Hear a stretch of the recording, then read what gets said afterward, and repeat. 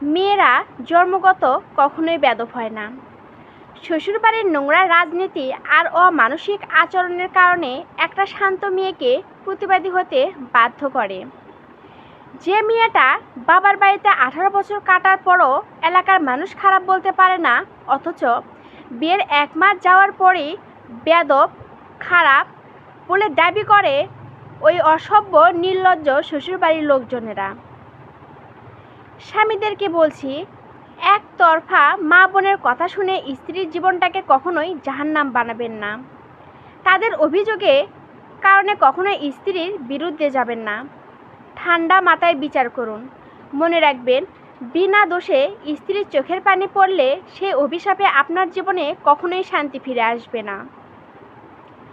পুরুষ মানুষের মাথায় যে পরিমাণ টেনশন থাকে, তা যদি 10 জন নারীকে ভাগ করে দেওয়া হয়, তাহলে সেই 10 জন নারী পাগল হয়ে যাবে।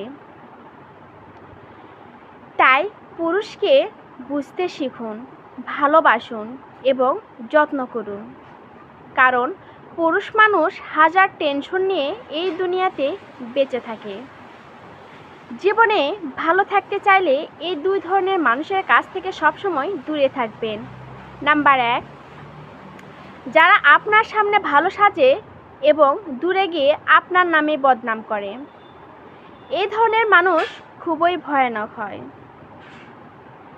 দেখবেন, আপনার জীবনের প্রতিটি মুহূর্তে সে মানুষটা থাকে যাকে আপনি অন্ধের মতো বিশ্বাস করেন, অথচ সেই মানুষটাই তলে তলে আপনার ক্ষতি করে। এই ধরনের মানুষ চেনা খুবই ভয়ানক। তাদেরকে কখনোই চেনা যায় না। তাই এদের কাছ থেকে সবসময় দূরে থাকবেন।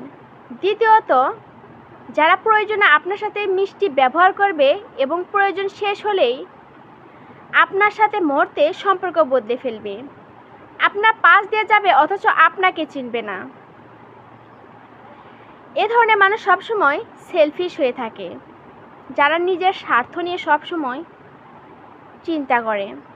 অন্যকে ঠকিয়ে নিজে কিভাবে উপরে উঠবে তা সবসময় তাদের মাথার ভিতরে ঘোরে। এই ধরনের মানুষ জীবনে কখনো উন্নতি করতেই পারে না, জীবনে ভালো কিছু করতে পারে না। তাদের অবশেষে দিন দেখবেন অভাবেই কাটিয়ে দেয়। মানুষের সাথে কথা বলা কমিয়ে দিন।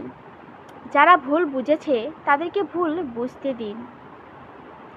যারা আপনাকে গুরুত্ব দেয় না তাদের প্রতি আপনার গুরুত্ব কমিয়ে দিন।